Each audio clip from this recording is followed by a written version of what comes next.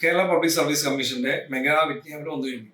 അതിൽ ഏറ്റവും പ്രധാനപ്പെട്ട വളരെയധികം എന്താ പറയുക ആകർഷണീയമായ തസ്തികയാണ് സെക്രട്ടേറിയറ്റ് അസിസ്റ്റന്റ് എന്ന് പറയുന്നത്.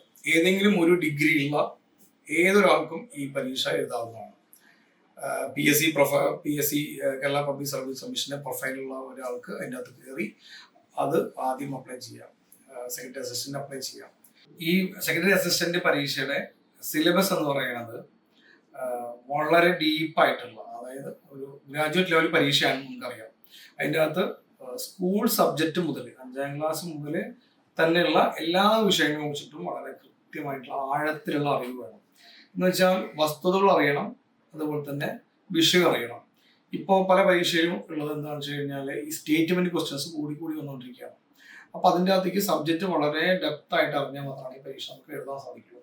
2 പരീക്ഷയായിട്ടാണ് സെക്കൻഡ് അസിസ്റ്റന്റ് ഉണ്ടാവുക. പ്രിലിമിനറി എക്സാംസ് ഉണ്ടായിരിക്കും, പ്ലസ് അത് പാസ്സായ ആളുകൾക്ക് മെയിൻ എക്സാം ഉണ്ടാവും. ഈ 2ഉം പാസ്സായി കഴിഞ്ഞാൽ, മെയിനും എക്സാമും പാസ്സായി കഴിഞ്ഞാൽ നിങ്ങൾക്ക് ഒരു ഇന്റർവ്യൂ കൂടി ഉണ്ടായിരിക്കും. ഇന്റർവ്യൂ കഴിഞ്ഞാലാണ് ഏറ്റവും ഗ്ലാമറസ് ആയിട്ടുള്ള സെക്രട്ടറി അസിസ്റ്റന്റ് എന്ന് പറയുന്ന ഈ ജോലി നമുക്ക് കിട്ടാം.